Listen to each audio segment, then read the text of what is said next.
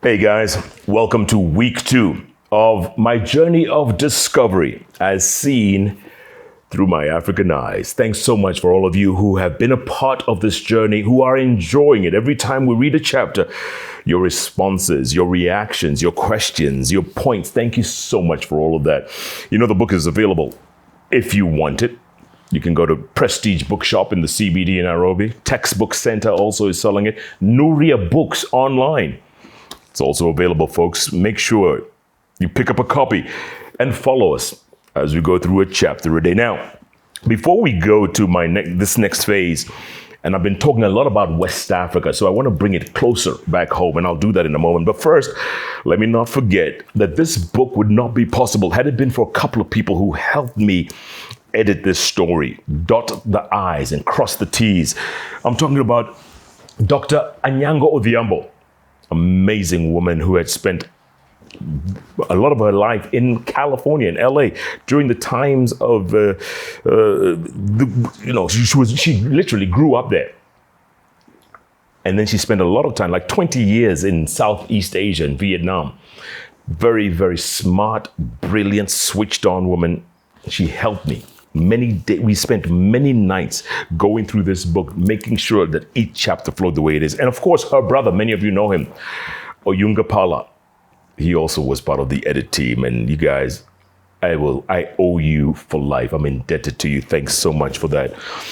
And for making this come to life. And it will come to life as we continue on telling the stories. Today, I'm going to take you deep into Zaire, as it was known then. Today is known as the Democratic Republic of Congo. By the way, at independence in 1960, it was known as the Democratic Republic of Congo. Then 5 years later, many of you know the story. Patrice Lumumba was assassinated. Mobutu took over. He changed the name of the country from Democratic Republic of Congo to Zaire. He would rule the country for the next 32 years. And in that time, Western critics coined a phrase that described the Africa of that time. They called it a kleptocracy, a government run by thieves. That was Mobutu's Zaire. Later on in 1997, a rebel movement came out consisting of mostly child soldiers. They called them the Batoto. Those are the kids who wore the oversized army uniforms and gumboots, literally marching across the length of the Congo. By the way, the Congo, if you were to put all of Western Europe, take that, all of Western Europe, fit it in the Congo, as in DRC, it would fit and there'll be room left over. That's how large Africa's third biggest country is. So, of course, the biggest was Sudan then, before it broke up into Sudan and South Sudan. Second biggest was Algeria. DRC, third largest. So, Mobutu rules for 32 years as a rebel movement, making its way from the east all the way to Kinshasa. They make it into Kinshasa in May 1997. Mobutu tries to negotiate. He gets President Nelson Mandela then and the rebel leader, Laurent Kabila, together to a meeting in a place called Pointe Noire. They meet. There's no agreement. Mobutu flees the country, ends up in Morocco, where he would later die because he had prostate cancer at the time. He would later die and would be buried in a nondescript Christian cemetery. Morocco is mostly Muslim. He would be buried in a nondescript Christian cemetery. And that was it for one of Africa's most well-known strongmen of the 60s, 70s, 80s, and 90s. They called himself Mobutu Sese Seko Kukumbengu Wazabanga. How do I remember that? Because it was hammered into us time and again who this person was growing up. By the way, it literally means he's the only cock that crows. Mobutu Sese Seko Kukumbengu Wazabanga. The only cock that crows, that grows from village to village, conquering each time. Can you imagine? A man's title dies in a nondescript cemetery, forgotten. So anyway, Laurent Kabila takes over, and he's there for about 3.5 years before he is assassinated by his own bodyguards in January 16th, 2001. And then the country, again, was in a crisis. And the military decided, you know what, the only person who can take over from Laurent Kabila would be his son, Joseph Kabila, who was then the chief of general staff in charge of the entire military. And he did. And that's where we pick up this story. By the way, the greatest irony about the Congo, by far, the wealthiest country on the entire continent. It has huge deposits of gold, diamonds, copper, cobalt. There's an element in every cell phone called coltan that can only be found in the DRC. The uranium that was used in Nagasaki in World War II, that came from the Congo. Can you imagine? The richest country, bar none, and I'm not even talking about the forest, the waters, all other resources, natural resources. This is just the minerals, and yet the most unstable. The country has gone through the worst. When I covered the Congo back in the early 2000s, imagine that a country as large as all of Western Europe only had 500 kilometers of roads. 500 kilometers. So getting from one part of the Congo to the other was next to impossible. You couldn't drive, first of all. There were no roads. So you had to fly from place to place, and it was a nightmare. So here we are. I'm in Kinshasa. We hear about this story. There is a hospital in a place called Bukavu, some 2,000 kilometers away. By the way, that's like from Mombasa to Kampala. 2,000 kilometers away, where there's a lone doctor who treats victims of mass rape. And I tell my cameraman, I say, listen, man, this is a great story. Let's see if we can do it. We got the permission. But now getting to Bukavu, it took us most of a day flying the 2,000 kilometers from Kinshasa to Mbujimai, from Mbujimai to one or two other towns, and from there all the way to Bukavu. We arrived there about 4:35 o'clock in the evening, and we go straight to this hospital, Panzi Hospital, the only one in Bukavu. And we arrived there because those days there was no email, there was no cell phones, especially in the Congo. You couldn't use cell phones, there's none. So we've decided, let's go there ourselves, see if we can get permission. We've arrived, we've made all this, we've come the distance, let's try. Get to the gate, and we asked the people that, listen, would like to do a story on this, what's happening here. And they said, okay, let's talk to the doctor in charge. Let's see if he gives permission, it's fine. So they went. A few minutes later, guess who shows up? Dr. Denis Mukwege. He was the lone doctor treating these patients there at this hospital. He founded it, the Panzi Hospital. He founded it himself, and he was treated every day. And when we talked to him, he speaks heavily French accent, and we asked him for permission. Can we film? Can we tell the story? The world, nobody knows this story. This was back in 2005, 2006. And he says, look, we will allow you only if you tell the real story. I said, look, if we can get permission from everyone here, we'll do it. Boom, just like that, we enter and start filming. I tell you, folks, the hospital maximum capacity, maybe 100 people. On this day, there was more than 700 women from the ages of 7 to 70. All of them raped by men in uniform.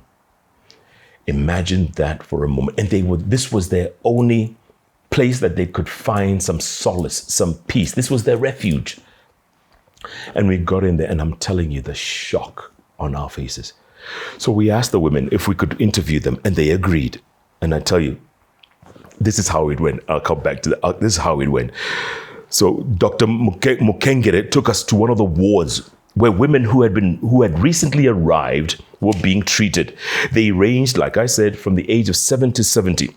I noticed one young woman who appeared to be in her mid-30s, lying on the floor, staring at the ceiling. Dr. Mukwege told us her name was Tsinzi. She had been brought in by her teenage son in a wheelbarrow from her village, some 25 miles away. That's like 40 kilometers. It's like from Nairobi to Thika town in a wheelbarrow for a woman who had been repeatedly raped.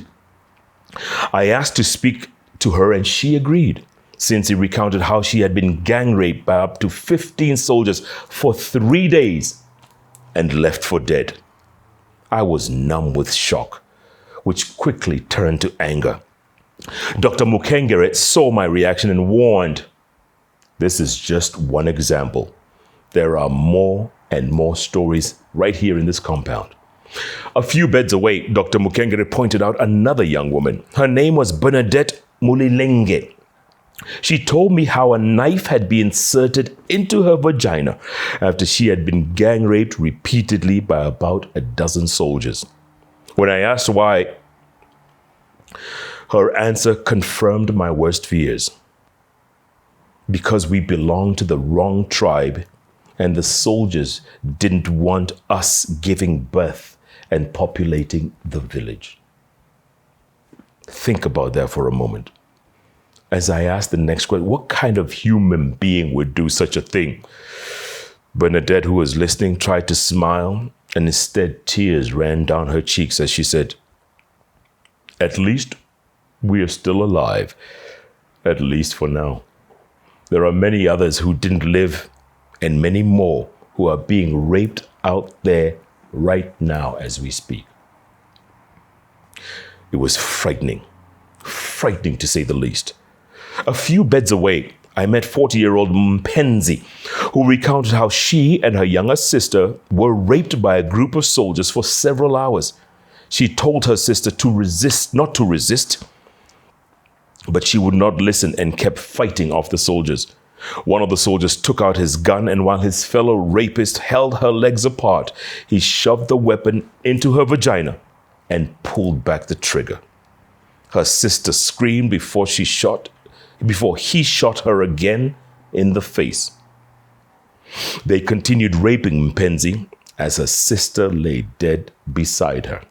This is not makeup, folks. This is not a movie. This is someone telling me firsthand what happened to them. We go on, and I was saying to myself, what kind of madness is this? These women were no different from my grandmother, my mother, my sisters, my aunts, and even my wife. Yet this was going on in the 21st century? Shame on every one of us, I thought. Shame on everyone who condoned such bestiality and savagery. Shame on those who knew and just looked the other way. Dr. Mukwege continued our tour of the hospital. We came to an enclosure used as a dining area. There were several hundred women gathered there in the enclosure, while about a dozen others were preparing dinner over huge open fires. When they saw their savior, they burst into a song in Kiswahili that went to the effect that, in translation, "We will not be moved. We will be battered and bruised, but we will not be moved." We kept filming and filming the reactions of the women, all of the women in this compound, coming together for one reason, because they did not want to go back to their village. They were scared to go back. And we filmed until sundown. And as we packed our gear, Mpenzi, one of the women I told you about earlier on, she gained enough strength to get off her bed and walk outside.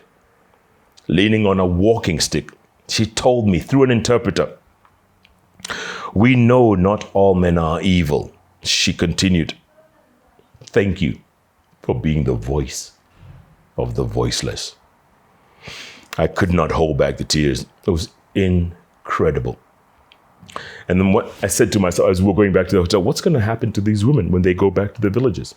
Because eventually they would have to leave Panzi Hospital and head back to their villages. What would happen then? Once we arrived back at the hotel, my story had practically written itself.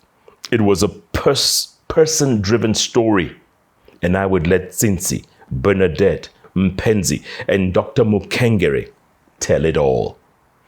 I weaved their stories, and when I submitted the script for Proven in Atlanta, one of the executive producers called back and says, "Wow, Jeff, if the pictures are as powerful as you say they are, we have an amazing story." I was so angry, folks. That's one time, in journalism, you have to be objective in the stories you do. But this one time, you couldn't help but be subjective. But if it's told through the eyes of the witness, of the victims, then that's good enough. That evening, that same evening, the world learned about a tiny little hospital in eastern Congo, in South Kivu province, where both broken bodies and spirits were being healed and put back together by a Congolese hero and his team of equally heroic nurses. I learned later from my editor in Atlanta that his colleagues in the newsroom literally stopped everything they were doing to watch. The Bukavu story demonstrated the power of television and the human spirit's ability to mobilize. It did not matter that these were just a bunch of Africans. The story had resonated from the Congo to California. It was not just an African story, but a humane story, a story where everyone could empathize with. For more than 48 hours, the Bukavu rape story played over and over and over again. Here's the best part. People all over the world started responding. They couldn't believe that a lone doctor and his team of nurses were the only ones in this hospital where more than 700 victims of rape were being taken care of. So they started volunteering. They started sending everything from material to drips to clothes, and also volunteering their services. I'll take a month off. I'll take 2 months off. I will go to the Congo and help Dr. Denis Mukwege. Can you imagine one story having that reaction around the world? That is what good journalism is all about. That is why we do the things that we do. It was unbelievable. I still can't believe when I recall what we went through then. I keep saying to myself, count your blessings. Name them one by one, as my mother used to say, and it will surprise you what the Lord has done. So a couple of days later, the executive producers called me from Atlanta and they said, you know what? We need to take this story further. You can't just leave it as women being raped by soldiers and there's no accountability. What do you want to do, Jeff? How can you take it up? And I said, look, we can get a response from the government. I can call the president's office. I had been very close to Joseph Kabila. I can call him and see if he will see us. They said, good, do that and let us know. I picked up the phone. I dialed the president.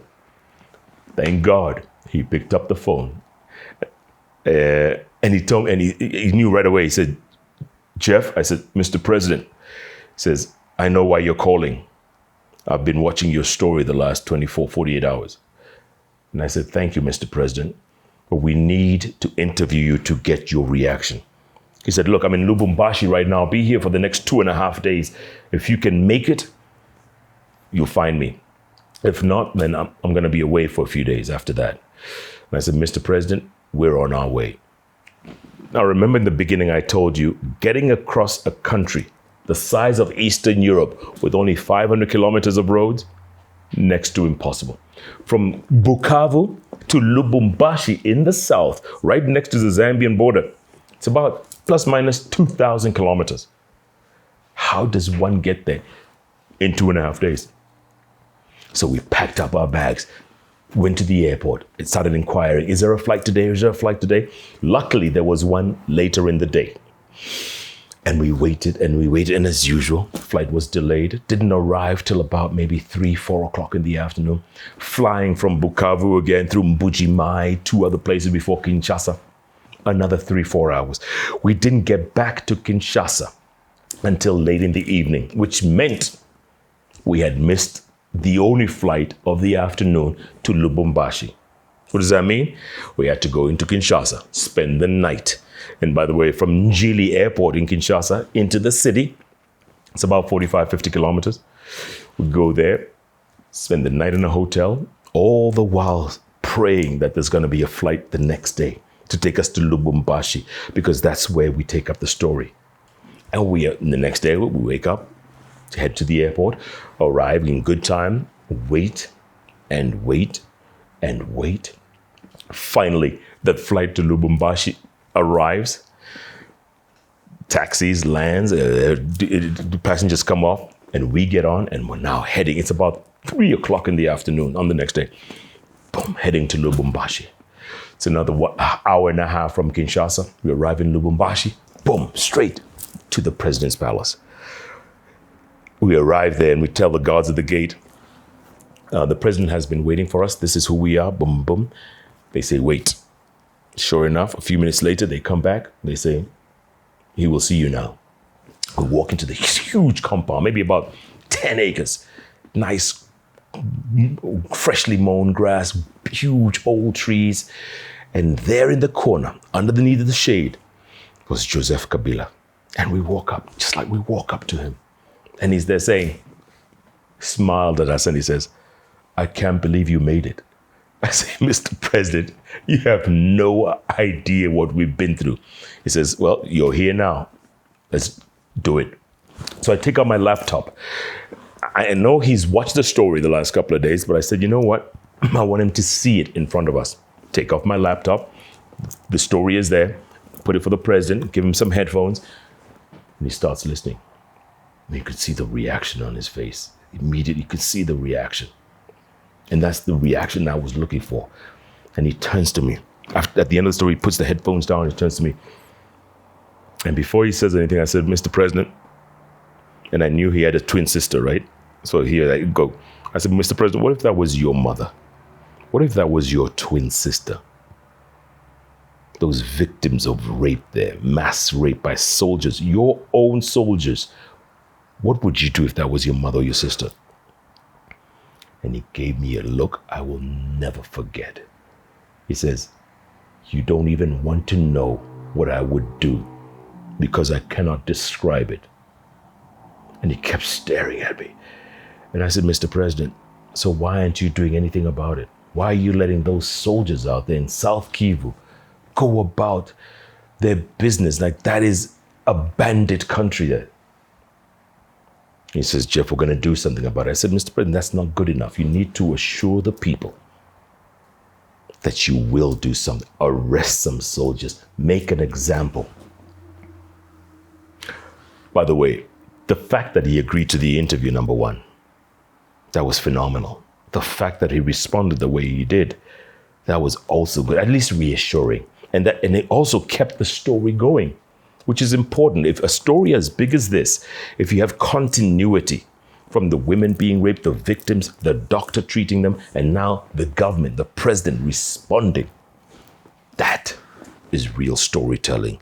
That is why we do what we do. And we went on with the president. He kept responding, saying, answering my questions. And I pressed him. I pressed him all the way. I said, Mr. President, at the end of the day, it's up to you. The people will judge you on the things you do. Yes, Congo is huge and you can't control all of it all of the time. But you know what? Eastern Congo is turning out to be the badlands, the bandit territory, the no-go place.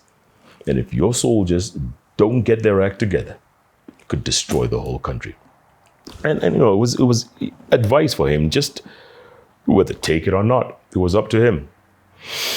So we left it at that. We went back to Kinshasa that night. No, yeah, it was that night. No, the next day. It was the next day because there were no flights. And we filed our story. I'm telling you, folks, again, the reactions, again, the response. There was a lot of condemnation of what the government was doing or lack of what they were doing. But I'm telling you, it was a wake-up call. Let me take it a step further here. And this is why we do what we do. Several months later, I received an email from an organization in Bayeux, a town in southwest France.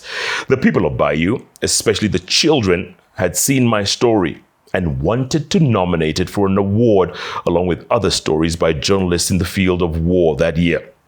They felt that this qualified as war reporting and wanted my permission. I was touched and forwarded the email to the news editors in Atlanta and Moses, my cameraman, and told them the good news. 3 months later, I was emailed back and I was informed that the story had been voted the best overall and awarded the Prix Bayeux. By the way, this is it right here. It's called, and I'll read it for you, the Prix Bayeux des correspondants de guerre for correspondents or reporters of war, 2006. This from the tiny village of Bayeux in southwest France. Can you imagine? That's how much of an impact this story had, that some kids in some little town in southwest of France responded and gave us this award. I dedicated it to all the women and children of Bukavu who had been the victims of mass rape. By the way, there's more to this. Dr. Denis Mukwege, 2018, he was the joint winner of the Nobel Peace Prize. Can you imagine for his activities and the way he did what he did? He, along with an Iraqi activist, were awarded joint Nobel Peace Prize in 2018. Maybe our story had nothing to do with it in 2006. But I tell you, folks, things happen for a reason. And I was so happy for Dr. Denis Mukwege. Later on, there's more. The ICC, International Criminal Court, decided to use rape as a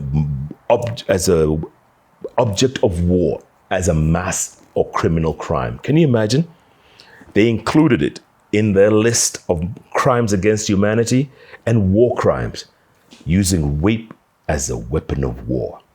That's how far it had gone.